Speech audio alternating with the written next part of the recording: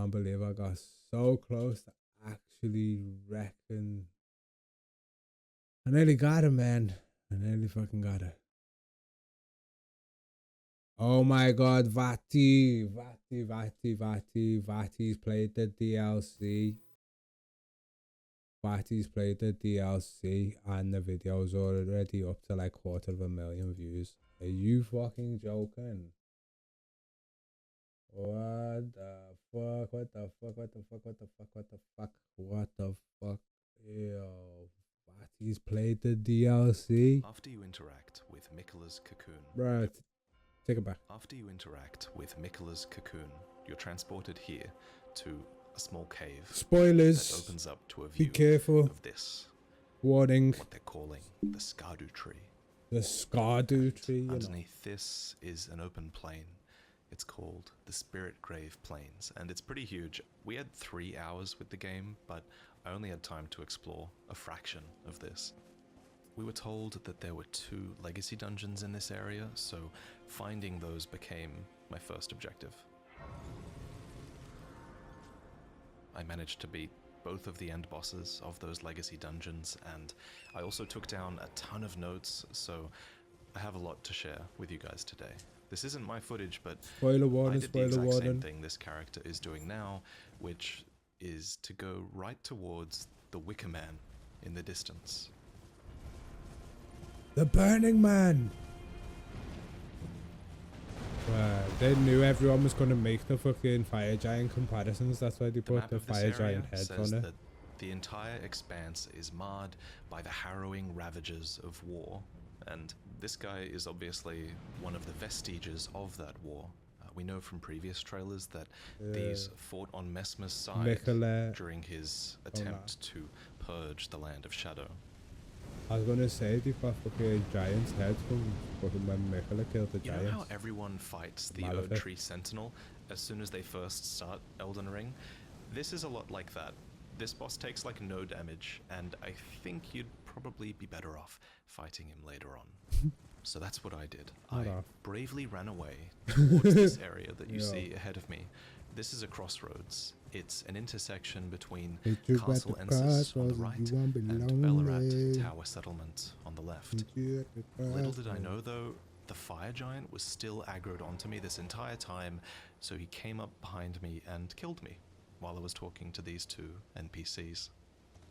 Fie, another, treading the heels of Miquela. Then, as that woman would surely say, we are in our purposes well aligned, but understand, your kind are not forgiven. The Erdtree is my people's enemy, by Marika long betrayed, set aflame.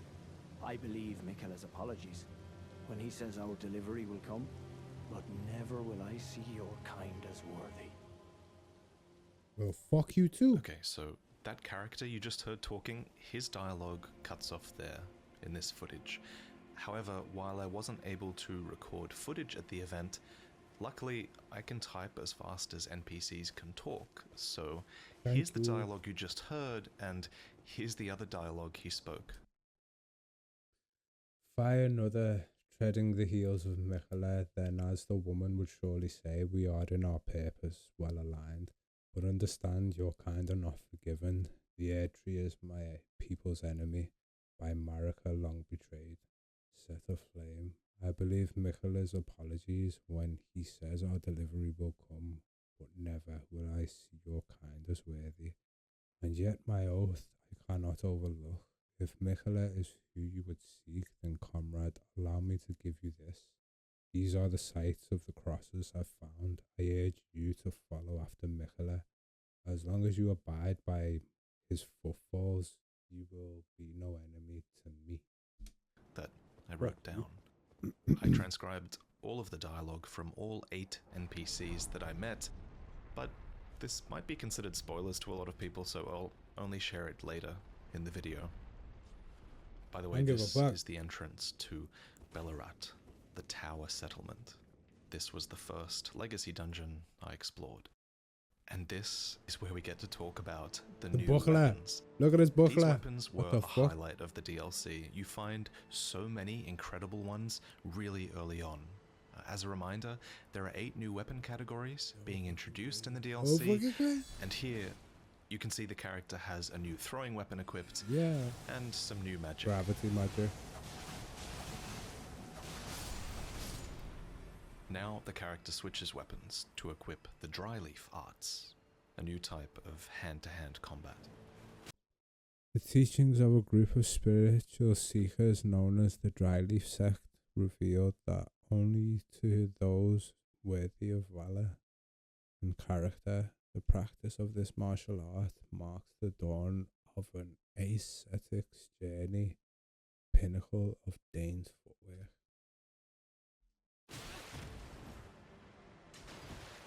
Dane is a lord, isn't it? Duchess and Dane.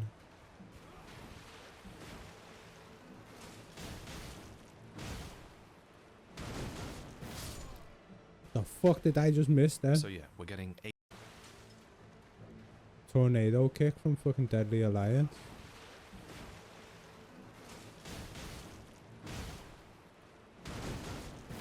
It literally is the fucking Kung Lao tornado kick from Deadly Alliance. Types. But before today, we only knew the names of 5 of these new weapon types. But now all 8 have been revealed. The last 3 weapon types are perfume bottles, light greatswords, and beast claws. You're about to see the beast claws. Is that coming back or?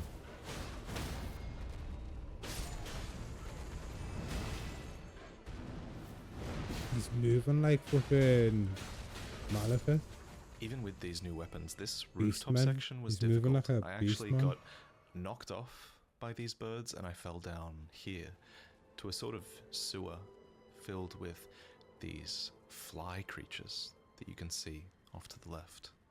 I have some lore to share on these and I think it relates to them. One of the talismans I found was called the Ailment Talisman, and it reads, when the weak were infected with the dreaded fly sickness, they perished well before the metamorphosis could take hold. Oddly, those who cared for the infected and made sure they were given a proper burial were never afflicted themselves.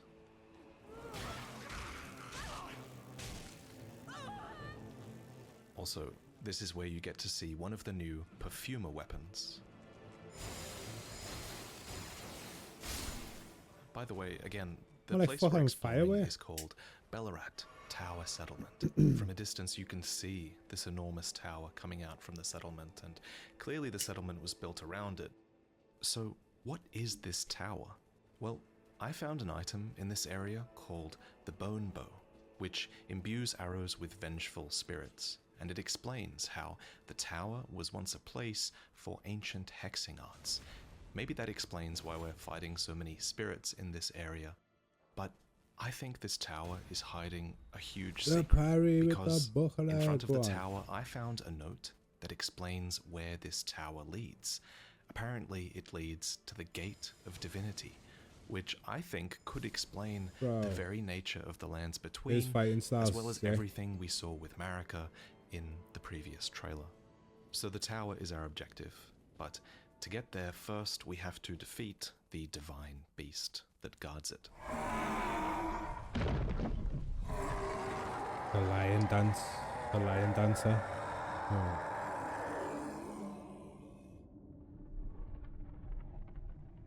What do you mean this is the divine beast, dancing lion, and it's tough.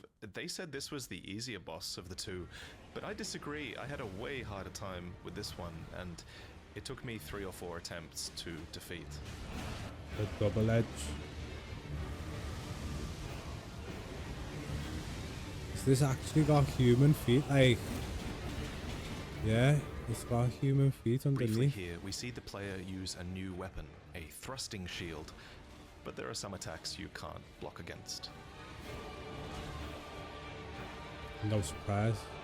The remembrance of the dancing lion tells us that when the Impaler's army assailed the tower, the ritual of the lion dance was turned towards martial ends, its divinity, its fury, its light-footed beauty. And according to a charm I found, divine beasts are messengers of the heavens, and their rage mirrors the tumult of the skies, of which storms are the pinnacle. After defeating the Divine Beast, I went across that bridge in the distance, and I cleared the second legacy dungeon, which is called Castle Ensis. There's no footage I can show of that, but afterwards I did actually come here and I noticed these guys fighting. This player is about to show off the new reverse hand swords, and also this new multi-shot crossbow. What in the flying fuck? Yo! That's a bit of me, that. Imagine them with the Bloodhound step. Bro, imagine them with the Bloodhound step as well. Yeah, but you haven't seen their weapon. So this player is about to make their way into a nearby dungeon. Now, I only had time to clear 2 overworld dungeons, but the 2 I did find were extremely unique. You can tell that they put a lot of effort into the dungeon designs, that I found at least. And luckily, this player is going into one of the dungeons that I actually found. It's called the Ruined Lava Forge Intake. You might recognize it from a previous trailer. It's this one, with the long intake pipe you can use as a bridge. That phantom right there says, "By grace, if I ever see another rock, I shall find it, of this I have no doubt. The altar of the forge cannot be far." The altar of the forge he's looking for is at the end of the dungeon. It's this thing, from this screenshot. Interestingly, there's no boss in this dungeon that I could find, but instead I looted the anvil hammer, one of the treasures of the ruined forges. That's a bit of crazy right there. This next clip shows off the last new weapon category we haven't yet seen, the Light Greatsword class. This Light Greatsword in particular is called Milady. Milady? Like a Tai Chi sword?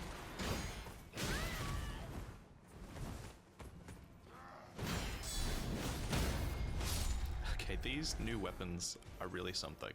I guess light greatswords basically then are weapons with the length of a greatsword, but with an elegant moveset that makes use of how light the weapon is. Like a Tai Chi sword meets a rapier. The type of sword.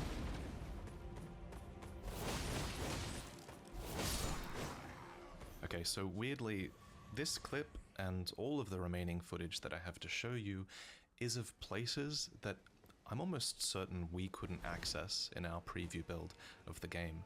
I think these places exist if you progress past the second legacy dungeon in this starting area, but they were watching very carefully to make sure we didn't do that.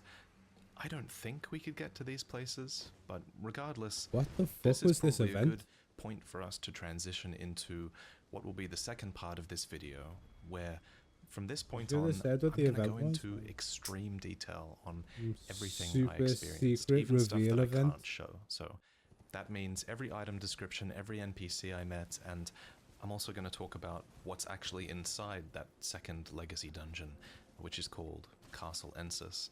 Honestly, I'd only really recommend watching this point onwards if you're extremely lore hungry and you just really want to know everything you can about the story before you play. So pause the video, think about whether this is for you, because my goal on this channel is to enhance your enjoyment of these games, and if you think going in blind or blinder would enhance your experience, please do that. With that said, let's start at the very beginning, at Miquella's cocoon. Double-edged sword. Hello, fuck off, Morgan. Silly bitch. Fuck you, Morgan. Come off me. So, when you first arrive at Mohgwyn Palace to enter the DLC, someone is already there before you. Her name is Leda, the Needle Knight. I won't narrate all her dialogue, but this is what I've transcribed, so feel free to... Yo, nah, Zal. Bro, you missed it, bro. You missed it. I had a like fucking one shot nearly. Like I nearly had a one shot, you know, I swear to God, I was fuming. I nearly got it. Like I was so close to getting it. I swear. Bruh, DLC reveal. Yo, be careful, bro. It's got spoilers in, so if you don't want to know the spoilers, But like, what you call it, Vati's just released a video and he's been to like some fucking secret reveal event and he's revealing gameplay footage, like even more gameplay footage and going into the story stuff. So if you don't want to know it, I don't think you should watch. But if you do want to know it, like me, because I'm like fiending for this shit, and he's saying it's lore heavy and story heavy, so it's like reveals about the story, bro. Heavy, man. Were you guided here by kindly Michaela? I am later, and like you, I was guided by faith along his honourable path. Touch the withered arm, and you too will be transported to the realm of shadow where Michaela the Kind now dwells.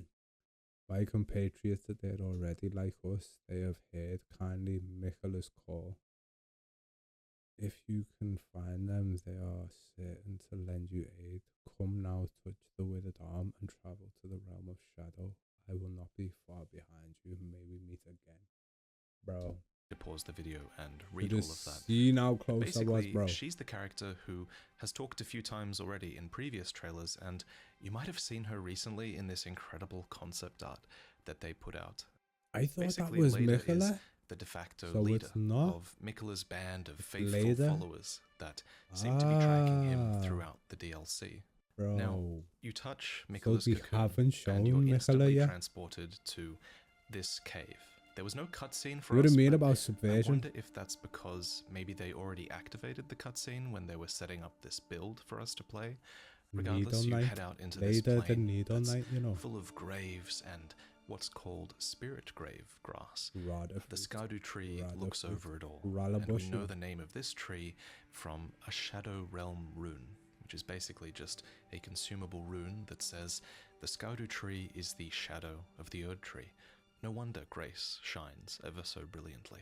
So apparently golden remnants of grace are still bestowed upon those who fall in the realm of shadow.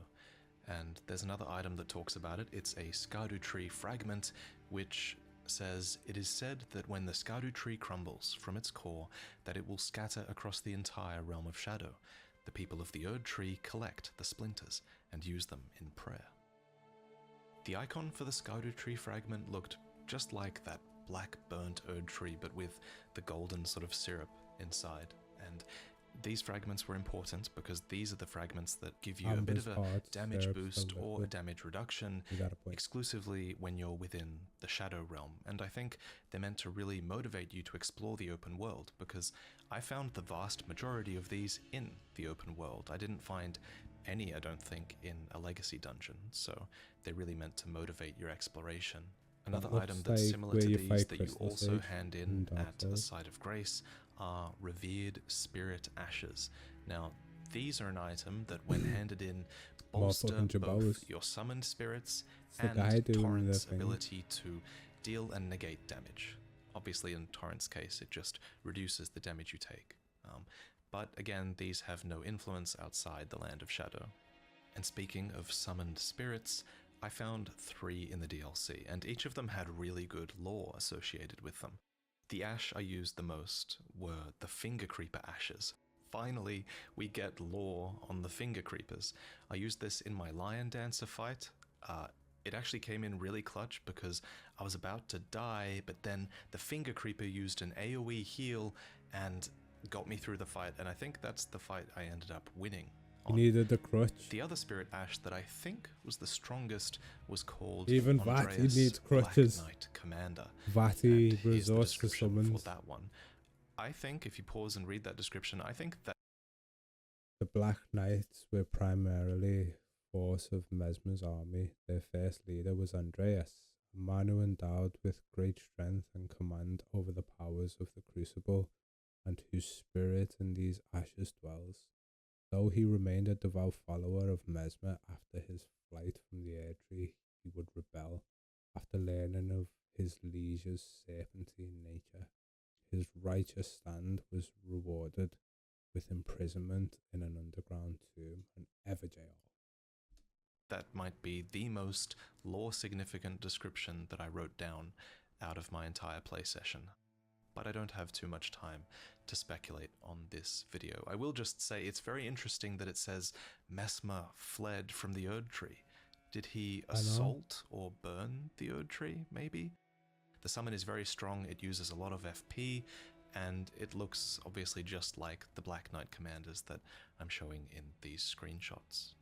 The third and final Spirit Ash I found were the Gravebird Spirit Ashes. Now, the Gravebirds are Mini this enemy that you can Deathblight see bird. in the footage. There were also a lot of them sort of sitting on top of trees to the left here in this scene. You can't see them, but they were guarding a small mausoleum here.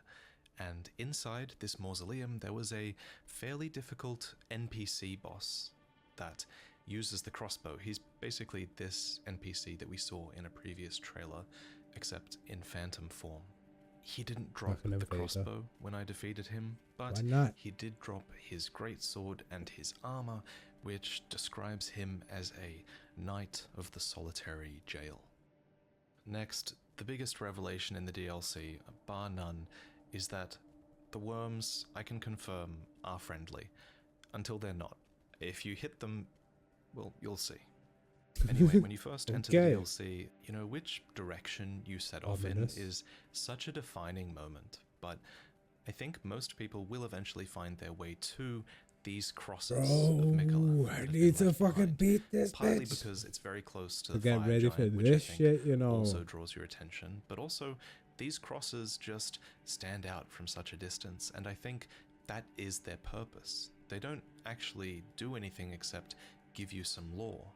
When you touch the cross, it says carved words coalesce, and the words at most of them said something like, I abandon here the first of the flesh of my body. Clearly these are left behind by Miquella, and clearly his whole entourage are following these crosses as well, so you often find NPCs here. This NPC at the back there is named Freya. Basically, she used to be one of Radahn's followers, but now she follows Miquella instead, and she recommends that you talk to who she calls her dour little friend, and if you talk to him, he does give you a map of the cross's whereabouts, which is basically like a little hand-drawn map that tells you about 3 nearby crosses that are, and I quote, Miquella's footprints. So that's Freya. But the man you talk to for the map, I think, is called Hornsent, but I'm not sure if that's his name or if... See his sword then looking like some curved katana type shit. I know you're feeling that. Hornsent are just a race of beings instead. Later, we learn that the Lion Dancer is essentially sent from the heavens, and since it has horns, I speculate that the horned race that once occupied Ballarat Tower Settlement might be called the Hornsent. The word is actually referenced as well in some items I found in the Tower Settlement. These all currency used by the Hornsent made by coating spiral horns with silver. These trinkets were once symbolic of a society's upper echelons, can be sold for a higher price. Golden horn, once bestowed upon inquisitors as an honor. So this, what do they mean? Like, if are these omen hunters that are on an inquisition to kill like omens with horns? Do you know what I mean? Tender items in particular seem to make it clear that the Hornsent were once a part of this society's upper echelons. But then his people were betrayed by Marika and set aflame. This explains why this Hornsent man is so upset with us, since we're a tarnished who has had Marika's grace of gold restored to them.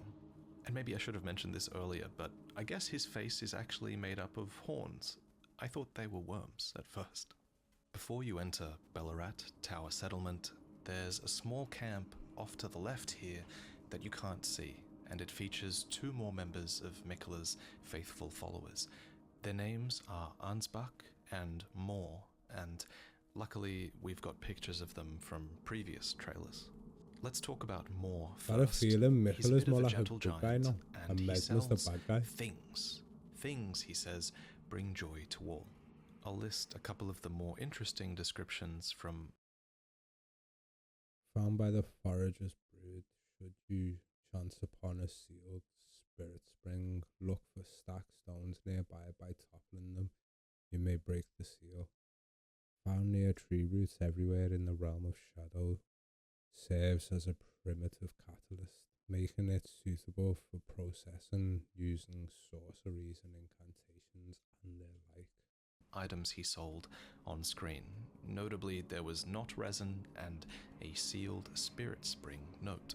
The other NPC here, and I might be butchering their name, but their name was Ansbach. He's a man who's put his fighting days behind him, and now instead he dedicates himself to discerning Miquella's true purpose in the Land of Shadow. It's an important reveal because it reveals that those who follow Miquella do so out of faith. They probably can't claim to know his true motives. It seems you can progress Ansbach's This is questline basically by Melania and more of Miquella's Miquella's team. crosses, and apparently there are 6 total in this area. Curiously, Ansbach was once in service to Lord Moog. I wonder if he abandoned Moog at some point when he realized what was being done to Miquella.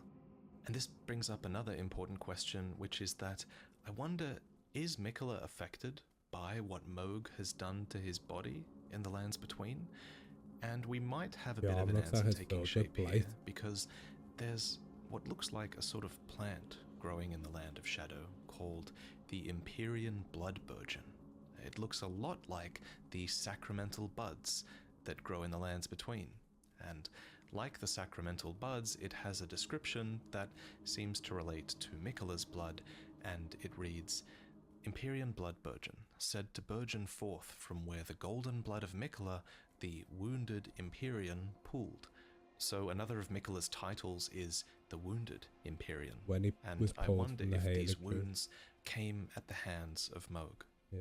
Anyway, after entering Ballarat, I looted a black firefly inside, which is a butterfly item similar to the other ones in Elden Ring, and where those butterflies are clearly referring to other demigods, this black firefly is clearly a reference to Messmer.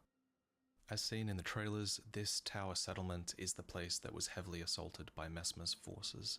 Ash is found piled up all throughout the city, very similar to how it is in Leyndell. Clearly this place has been burned before, as you saw in the trailer. I also found some left behind Messmer fire grease, which is a type of weapon buff, and it explains how fire was a symbol of Messmer's crusade. So much like Godfrey? Most of the enemies in the city are spirits, but there is also a red phantom who gloats about how Messmer is going to kill everyone, and he taunts us as he attacks us. But there are a few horned enemies left in the city. One of them is this enemy, which we have concept art for. It's quite small in-game, it's about the same size as your character, but unfortunately I didn't get any lore on this enemy. The other horned enemies are these horned knights, who are extremely difficult. They essentially never stop attacking, and they seem to have infinite poise, making them this near constant threat. So clearly there is a presence of the horned faction in this city, even after being burned by Messmer. Around this time I checked which talismans my character was wearing, and one of them was the Outer God's Heirloom, and it references a clan who lost. That's a troll with a knight's helmet and an azul sword. Fucking House of the Moon, you know. Prove with the lord of an outer god. Raises Arcane, the clan who lost everything in the Great Fires, peered upon the corpse of their ancestors, normally an act of such sanctity, and saw in its shadow a twisted deity. The clan had suffered such torment that the horrible thing was taken as an object of worship. Bruh, if it's a reference to that, then it's the moon. Lost everything in the Great Fires. I'll let you read for yourself how intriguing this description is. These items are all hinting at a truth that we can only really guess at so early on. Another huge description was from this sorcery, which I believe you can see here in this footage, and this one seems to hint at the sorcerous origins of the fingers.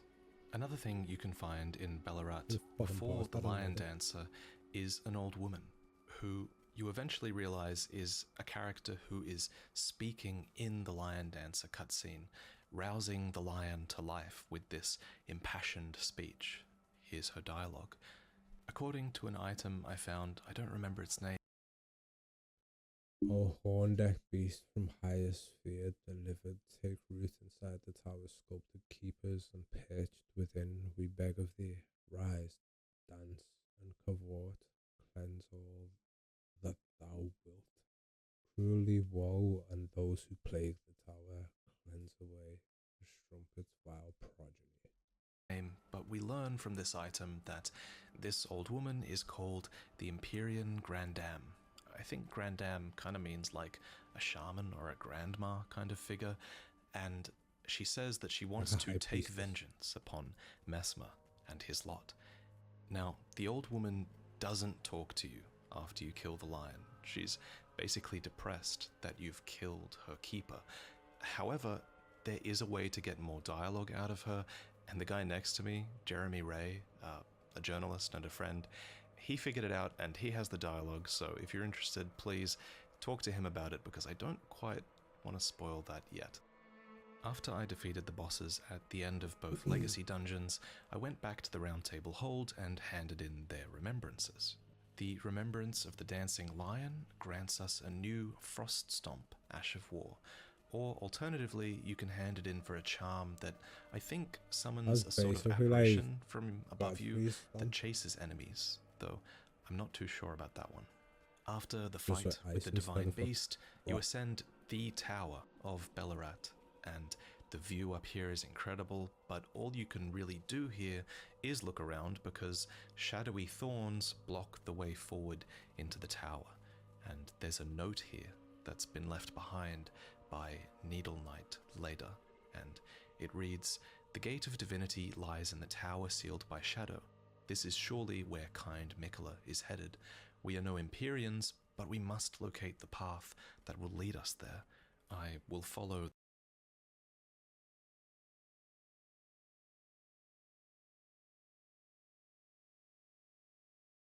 the crosses east." This item description also potentially contains another huge revelation, as it mentions a gate of divinity in the same paragraph that also mentions Empyreans. If I had to guess, this might be the gate of divinity that represents an ascent into godhood, and that's where Leda thinks Mikola is headed, because he is an Empyrean looking to become a god, you'd think. So we can't go this way, but obviously the way we have to go is east, and that's the way I went next, to Castle Ensis, the second legacy dungeon we could experience, for which I have no footage to show you. For this second legacy dungeon, I switched characters, so previously I was playing a sorcerer build that I had respec'd into a dex build that could make use of a great katana that I was wielding, and that's what I defeated the Divine Beast with. However, when I respec'd as the knight, I found my favorite weapon so far. It's called the Smith Script Hammer. It's a great hammer, but it has throwing attacks. If you do a charged R2 or a jumping R2 or a running R2, you'll spin and just yeet the entire hammer at enemies in the distance, dealing a ton of damage if you actually hit with it. Yeah, Crazy's gonna be made up. It feels so good. I also love that they're giving special treatment to these older weapon categories and giving some of these weapons ranged attacks as well. DLC. Quality builds are going to be eating really good in this DLC, I think. DLC. This hammer carried me through all of Castle. Yo, what's going on? Yo, what's going on, Nat? Yo, nice one for dropping in, stopping by and saying hi. Yo, how you? Yo, yeah, you good? Yo, what you been up to? Shit. I'm just taking a break right now. Yo, how am I doing? I'm good. I've been getting my ass kicked all day on fucking Elden Ring, I swear. Fucking by the hardest boss in the fucking game. Yo, OG's like, Ned! Yo, I'm doing good, yeah. Nice. I swear. I seen your name then and fucking I'm feeling 22 started popping into my head. Yo, the dancing emote though. That's fucking sick. That it's yo, that's heavy. Bro, that's funny that yo, yeah, still just like chilling. Just like fucking keeping calm and cracking on as you do, innit? As you do, like, as bro, thought I'd just take a break from getting my ass kicked to watch like a fucking video and then realised that a fucking reveal trailer came up like 2 hours ago. So I thought, yeah, I'm definitely gonna throw that on for a little second. Plus I need to make a coffee, but I don't want to miss it. So I'm like, yeah, bet you haven't looked into that. Me? What you mean? I'm always in that fucking stream. Serious, Did you mean that to me? Yeah, no parking for something. Huh? What do you mean? I'm always chilling by with that. I love coming by and annoying her. Because I'm like that fly. Funny, It's, no parking for something. What do you mean by that? Oh, madness, I say. Bruh. Of course. N7 Familia. Yes, obviously. Gotta be done.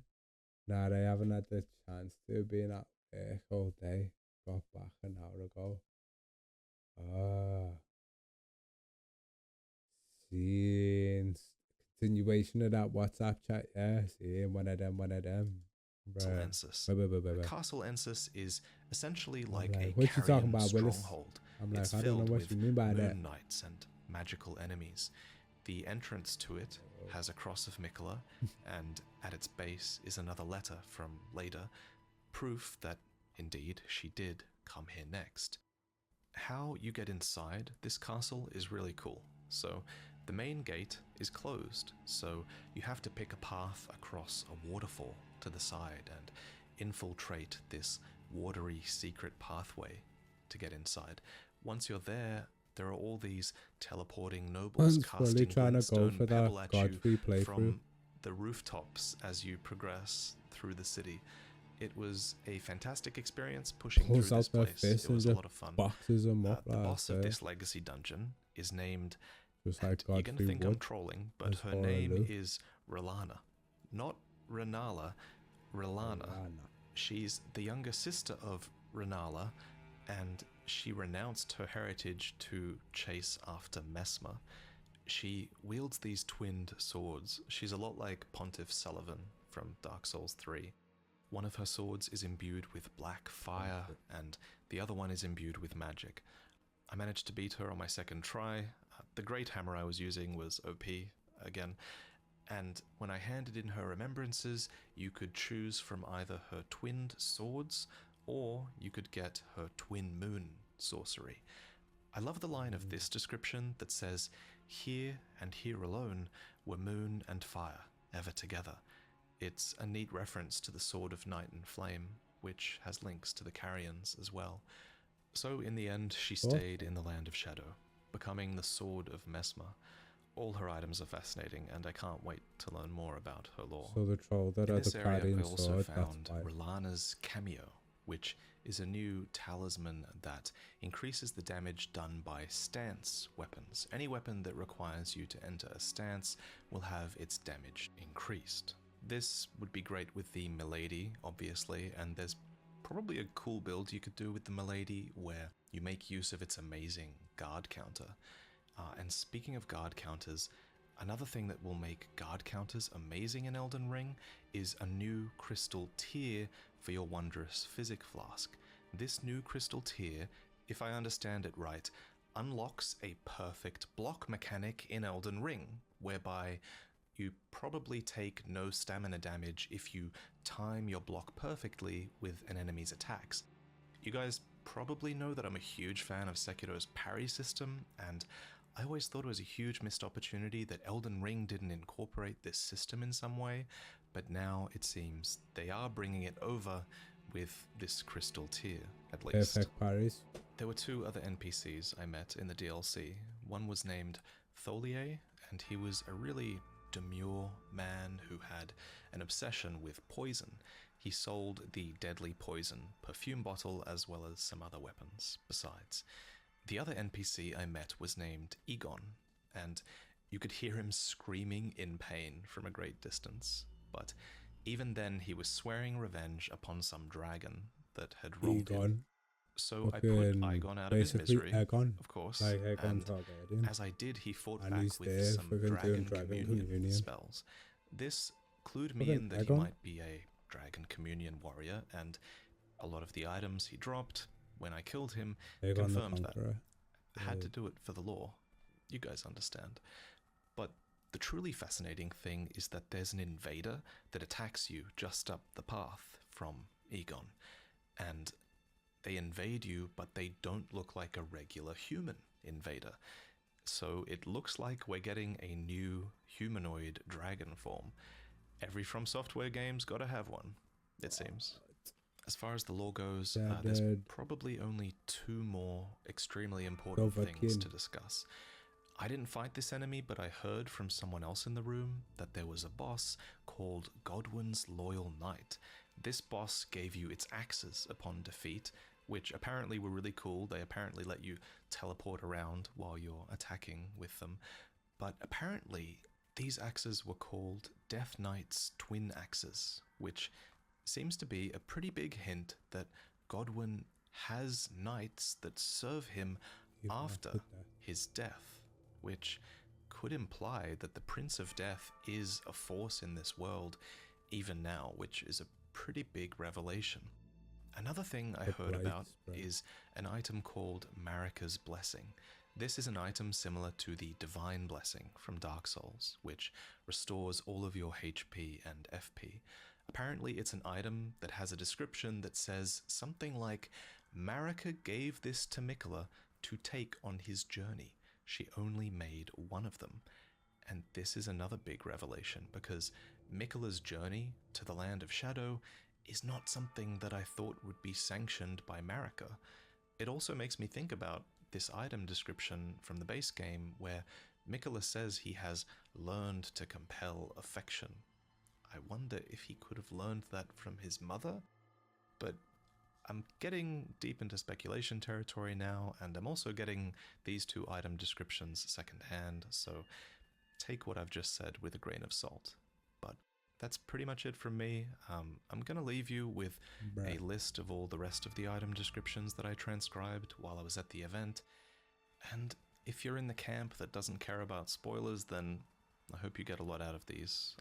Of course, if you're a creator who wants to use some of these item descriptions or footage from my video to make some speculation content, of course. Yes, oh my days, where was that guy that was doing the fucking spinning fucking kicks and shit? I swear to God, that was just like, what the fuck? Look at the way that he moves. Bro, this guy, these weapons were a highlight of the DLC. You find so many incredible ones really early on. Bro, as a reminder, there are 8 new weapon categories being introduced in the DLC, and here you can see the character has a new throwing weapon equipped and some new magic. Crazy ass spell. And then switches the hands. Now the character switches weapons to equip the Dryleaf arts, a new type of hand-to-hand combat. Are you mad? Are you mad? Are you mad? Oh, the hands are a weapon now.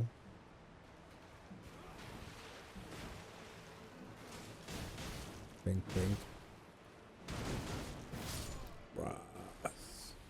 So yeah, we're getting 8 new weapons. Heavy,